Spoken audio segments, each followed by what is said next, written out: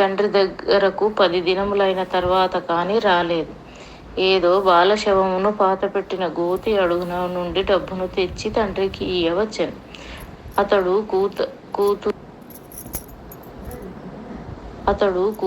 కూతురు వంక నిదానించి చూచెను. ఏమీ మాట్లాడలేదు.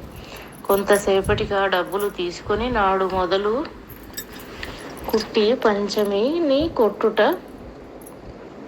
కట్టిపెట్టెను. ఇది పంచమి కథ. అటు మొన్న రాత్రి శ్మశానంలో దహనము జరిగెను. శవము వచ్చెను. పూర్వము శవమెప్పుడూ రాలేదు. శరీర ఖండముల మూట వచ్చేటిది. ఇప్పుడు శవమే వచ్చినది. ఒక పల్లకిలో వచ్చినది. శవమును పల్లకిలో తీసుకొని రారు. వచ్చిన వారు బంధువుల వలె లేరు. మోసుకొని వచ్చిన వారు తోడ వచ్చిన వారు కటారి కాండ్రు. వారు కొంతసేపు దూరము పోయిరి.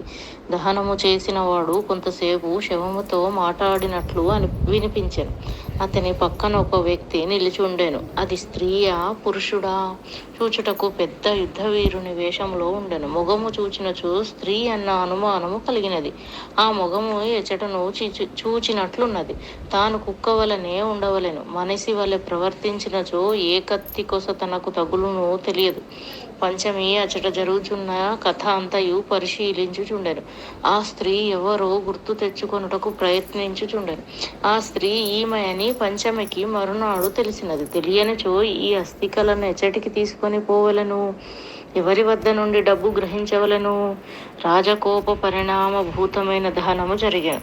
తన తండ్రికి ప్రయోజనము లేకుండా పోయాను. ఎట్లయిననేమి ముందు అస్థికలను భద్రపరచవలేను. ఆ పని చేసినది. పంచమి పవళ్ళయందు శ్మశానములందుండదు. ఎక్కడికి పోవునో తెలియదు. రాత్రి దహనము చేసిన వాని పక్కనున్న వీరవేషధార వ్యక్తి మొహమును చూచి ఆ వ్యక్తి ఏమో అనుకొనెను కదా. ఆ వ్యక్తి ఈ వ్యక్తి అగుటకు వీలే లేదు. అచ్చటకు పోవుట నిష్ప్రయోజనం. ఆ వ్యక్తిని చూచి చాలా దినములైనది. అయినను పోయి చూచి వత్తుమని పంచమి బయలుదేరెను. శ్మశానము నుండి ఉత్తర దిశగా బయలుదేరాను. జీలా నది మీద ఈదుకొని పోయాను. ఆమె చాలాసార్లు నదిని దాటిపోవును. కానీ తన గుడ్డలు తన మేననే ఆరవలెను. తన గుడ్డలను మార్చుకొనుట ఎప్పుడు? 10 ఏండ్ల పిల్ల చావవలేను. దానిని తీసుకొని రావలేను. ఆ పిల్ల కట్టుకున్న గాగరా తోడనే కొందరు పాతిపెట్టుదురు. కొందరు గాగరాను దూరముగా పారవేసినచో సులభం. అప్పుడు పంచమి ఆ గాగరాను తీసుకొని తన ప్రాత గాగరా తగలబెట్టును. ఆ పిల్లను గాగరా తోడనే పాతిపెట్టినచో పంచమికి అది పెద్ద పని. ఆ గోయి తవ్వవలెను. గాగరాను కూర్పాసమును తీసుకొనవలెను. మర్నాటి పగలు బంధువులు వత్తురు. అప్పటికి ఎవరో తవ్వినట్లు కనిపింపరాదు. ఆ దుస్తులు 2 ఉదికి ఎండవేసి కొనవలేను. అవి చక్కని దుస్తులవైనచో 2-3 నాళ్లకు గాని ఎండవు. అవి తాను ధరించి మరల గోయి తవ్వి తన పాత దుస్తులు శవమునకు తొడిగి మరల పూడ్చవలెను. ఇది 3 పని. పంచమి నది ఈదుకొని పోయాను. ఒక కొండ గుహలోనికి పోయిన. అచ్చటికి దారి లేదు. అది దవ్వు కాదు. ఆ గుహలో అచ్చటికి ద్వారమున్నదని ఎవరికి తెలియదు. అది నిర్జన ప్రదేశము. గుహద్వారమునకెదురుగా గుహద్వారములు మూసినట్లు వంపుగా ఒక ఎత్తైన కొండశిల ఉన్నది. అట్టి 2-3 అడ్డంకులు గడిచిన గాని గుహ ముఖము కనిపింపదు. పూర్వం ఎప్పుడో పంచమి ఆ గుహలోనికి యాదృచ్ఛికముగా పోయినది. అప్పుడు ఆ వ్యక్తి కనిపించినది. తర్వాత 1-2 సార్లు పంచమి వెళ్ళుటయు ఆ వ్యక్తి ఈమెతో మాట్లాడుటయు జరిగింది. ఇద్దరకు చెలిమి కుదరను. ఆ వ్యక్తి సామాన్యముగా అచ్చట పవలే ఉండుట, తానచ్చట రాత్రులందు ఉండనని, రాత్రులందు పంచమి రాకూడదని చెప్పాను. అందుచేత పంచమి దివాసమయమునందే పోవును. పూర్వం ఎప్పుడు పోయినను గుహలో ఆమె ఉండును. ఆ గుహ ఒకటియే గది అని ఈమె అనుకున్నాను. ఇప్పుడు ఆ గుహలో ఆ వ్యక్తి లేదు. ఏమి చేయవలేను? తిరిగిపోవుదామనుకొనుచు గుహలో కొంత లోదట్టునకు పోయి తిరుగుచుండగా గుహ యొక్క లోపలి భాగమునందుండి ఈ గుహతో సమానముగా పక్క మరి ఒక గుహ ఉన్నట్లు, దానిలోనికి అది తోవ అన్నట్లు కనిపించింది. పంచమి సాహసించి ఆ మార్గము నుండి లోనికి పోయెను. ఆ వ్యక్తి అచ్చట లేదు. ఎచ్చటి నుండి వచ్చుచున్నదో ఆ గుహలోనికి వెలుగు వచ్చుచున్నది. తానా గుహ పరిశీలించుట న్యాయము కాదు కదా. తిరిగి వత్తమని అనుకొంచుండగా అచ్చట శిలాభూత కుడ్యమునందు వేలాడుచున్న యొరలోని కత్తి కనిపించెను. ఇది ఏమి? పంచమికి భయమనగా ఎట్టిదో తెలియదు. ఆ భయము యొక్క స్వరూపము కూడా తెలియదు. ఒక్కొక్కప్పుడు మానవ హృదయంలో కదలిక భయము వలె ఉండును. అది భయము కాకపోవచ్చును. ఏ ఇద్దరు వ్యక్తులకు సంబంధము లేదని తాను నిశ్చయము చేసుకొనెను. ఆ వ్రేలాడుచున్న ఆ ఇద్దరకు సంబంధించిన సంబంధం ఉందని చెప్పుచుండెను. ఒక్కొక్కప్పుడు భయము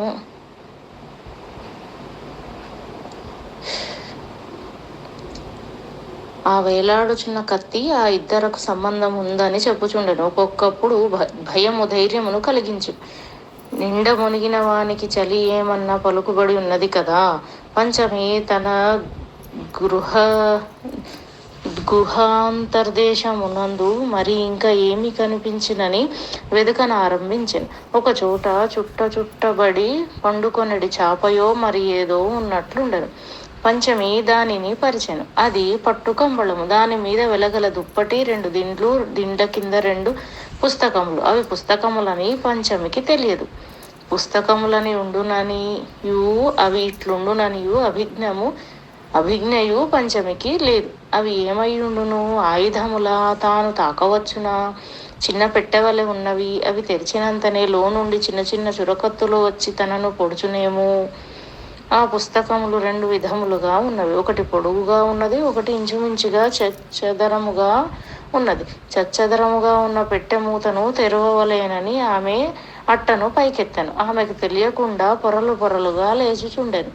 ఒక్కొక్క పొర చిక్కగా ఉన్నది, గోధుమ వన్నె కలదిగా ఉన్నది, గరుకుగా ఉన్నది, ఎగుడు దిగుడులు ఉన్నది. ప్రతి పొరల నిండా నల్లని గీతలు గీయబడి ఉన్నవి. ఆ గీతల వరుసగా గీయబడి ఉన్నవి. అవి ఆయుధములు కావు. తనకెందుకు?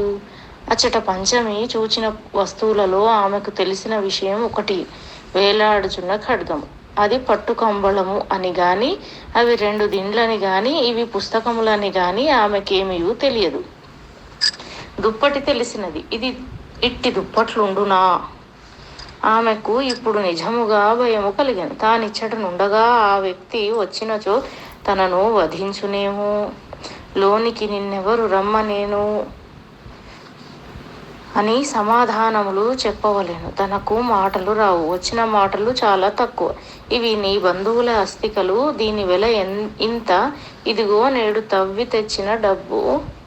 ఈ గుడ్డ నీది. ఇంకా ఇటువంటి మాటలు 10 ఉండవచ్చును.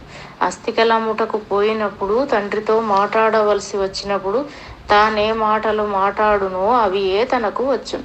కానీ తనకింకనూ మాటలు వచ్చిననియు, ప్రసక్తి రావలేననియు, వచ్చినచో అవి వాటంతట అవియే వచ్చుననియు ఆమెకు తెలియను.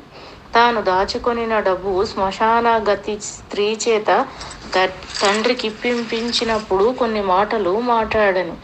ఆమె చేత ఇప్పింతునని తండ్రితో చెప్పాను. ఇవి కాక ఈ గుహలో ఉన్న వ్యక్తితో 2-3 సార్లు మాట్లాడినప్పుడు తనకు తెలియకుండా కొన్ని వాక్యములు ఉపయోగించాను.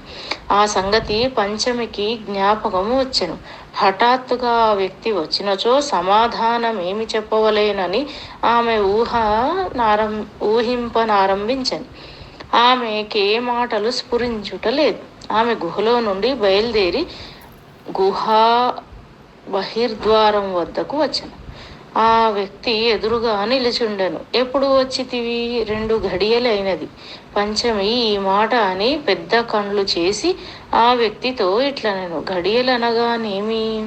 వ్యక్తి నవ్వెను. ఆమెకు నవ్వుట అనగా ఏమిటో తెలియనా? ఘడియలన్న మాట తెలియకుండా పంచమి నోటి నుండి ఎట్లు వచ్చెనో నవ్వు అన్న క్రియ ఆమె మొగమునందట్లు తోచెను. మరలా వ్యక్తి, ఆ లోనికి పోయితివా? పంచమి తల ఆడించెను. కొంప మెనిగినదనుకొనెను. కానీ ఆ వ్యక్తి ఏమీయూ అనలేదు. బ్రతికి తిననుకొనెను. ఇచ్చట ఒక విషయము చెప్పవలెను. మానవులకు సంకల్ప వికల్పములు జరుగుచుండును. అవి ఎట్లు జరుగుచుండును? మనస్సులో అవి ఎట్లు ఉదయించును? మనస్సులో ఉదయించిన సంకల్పమునకు రూపమున్నదా? అది వట్టి కదలిక, దానికి రూపము లేదు. కదలికకు రూపమున్నది, కదలికయే రూపము. సంకల్ప వికల్పాత్మకమైన మనస్సులోని సంచలనములకు గల రూపం ఎట్టిది? ఇది శబ్దాత్మకమైనట్టిది. లోకములోని వస్తువుల యొక్క కదలికలోని రూపము ద్రవ్యాత్మకమైనది. ఒక తెల్లని గోడ ఉన్నది. సరిగా ఆ గోడ ఎంత తెలుపో అట్టి తెలుపే కలిగిన వస్త్రము గోడకు మేకులకు బిగించి ఆరవేయబడి ఉన్నది. అచ్చటనట్టి వస్త్రము ఆరవేయబడి ఉన్నదని తెలియదు, గాలికి కొట్టుకొనును అప్పుడు తెలియను. కనుక సంచలనము పదార్థములకు దూరము కలిగించునని అర్థము. సంచలనం వలన ఏమి జరుగును? రేఖలు ఏర్పడును. అందుచేత సృష్టిలో పదార్థములకు రూప సంధానము చేయునది రేఖా నిర్మాణశీలమైన సంచలనం. భౌమమైన పదార్థములందు సంచలనము యొక్క స్వరూపము రేఖాత్మకముగా ఉండును. మనస్సులోని సంకల్ప వికల్పాత్మకమైన సంచలనము యొక్క రేఖ ఎట్లుండును? అది శబ్దాత్మకముగా ఉండును. అయినచో గాలిలోని కదలిక వేరు, మనస్సులోని కదలిక వేరు. గాలిలోని కదలిక పాంచభౌతికమైన ద్రవ్యములను విస్పష్టము చేయును, అనగా అచ్చటున్న ద్రవ్యము వికృతమగును. ఆ పదార్థము గాలి చేత కదల్పబడవలేను. కదలిక పదార్థమును సృష్టించుట లేదు, పదార్థ స్థితిని నిరూపించుచున్నది. అట్లే సంకల్ప వికల్పములకు బహుళ శబ్ద పరిజ్ఞానం ఉండవలెను. నేను పోయి వానిని కలుసుకుందును అని ఉచ్చరితమైన వాక్కు అనుచ్చరిత స్థితిలో మనస్సులో పుట్టును. అనుదితమైన ఈ శబ్దమునకు రూపమున్నదా? అనగా వాక్త్వమున్నదని అని అర్థం. అది అంతయు భావమందు మునిగి ఉండును. కొందరు దానిని పసి అందురు.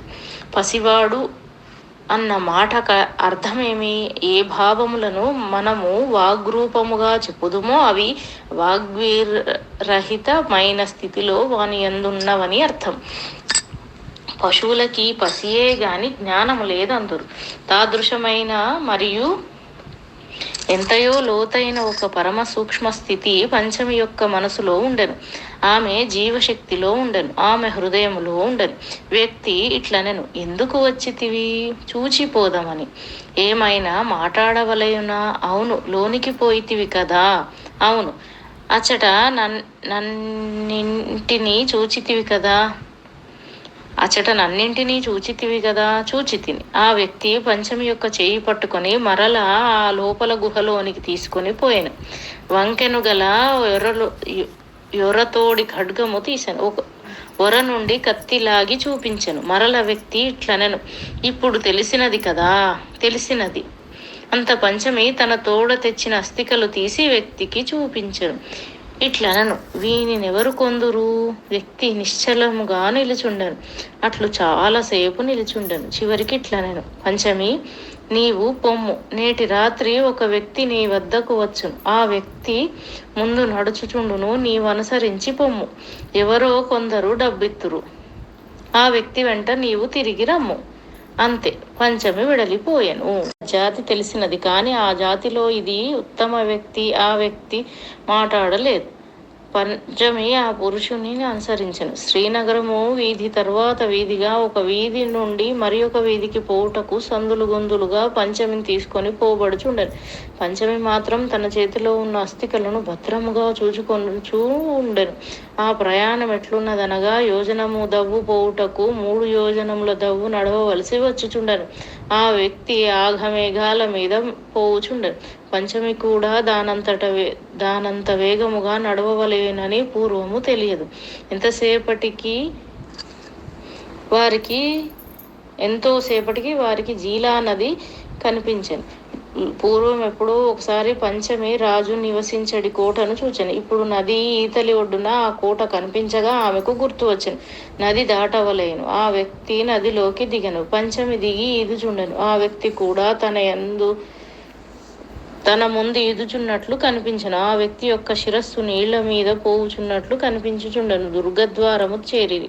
తలుపు వేసి ఉన్నది. ఆ పెద్ద తలుపులలో చిన్న ద్వారం ఒకటి ఉండెను. ఆ ద్వారము తెరవబడెను. ఎందుకు తెరవబడినదో పంచమికి తెలియలేదు. వీరిద్దరూ లోనికి పోయిరి. లోన నడుచుచుండిరి. ఎవరైనా తనను చూతురేమో అని పంచమికి భయం. తన వెంట ఆ వ్యక్తి ఉన్నాడని ధైర్యం. ఆ కోటలో పోయి పోయి ఇద్దరు ఒక చోట చేరిరి. అది చెరసాల. సంధిమంతుడున్న గది వద్దకు పోయిరి. ఒక రాజభటుడు వచ్చి బీగము తీసెను. అచ్చట ఒక పురుషుడు నేల మీద పండుకొని నా వాడు లేచి కూర్చుండెను. పంచమి ఇట్లనెను, ఆమె అనినదో అనలేదు ఆమెకు తెలియదు. ఆమె నోటి నుండి ఆ మాటలు వచ్చుచున్నట్లు కూడా ఆమెకు తెలియలేదు.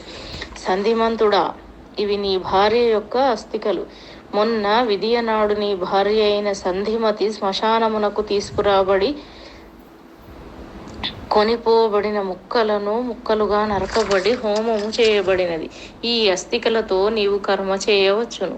అనగా సంధిమంతుడు ఇట్లనెను, ఓ ఈ మహాపురుషుడా, నా కట్టి స్థితి లేదు. నేను కాదందునని నీకు తెలియను. ఆమె వద్దకు తీసుకొని పోయి ఇమ్ము. ఒకవేళ ఆమె ధనం ఇచ్చి తీసుకొనవచ్చును. ఇంత ఇద్దరును బయటికి వచ్చిరి. అంతా ఇద్దరును బయటికి వచ్చిరి. మరల నడుచుచుండరు. మరల కోట తలుపులు తీయబడెను. మరల ఇది నది ఈదిరి. శ్రీనగర రాజధాని యందు మంత్రులు నివసించు వాటికలో ఒక ఇంటికి పోయిరి. అన్ని గృహముల తలుపులు మూసి ఉన్నవి. ఒక్క తలుపు తెరిచి ఉన్నది. అక్కడ ఒక స్త్రీ నిలిచి ఉన్నది. ఇంటి ముందు వీధి దీపము వెలుగుచున్నది.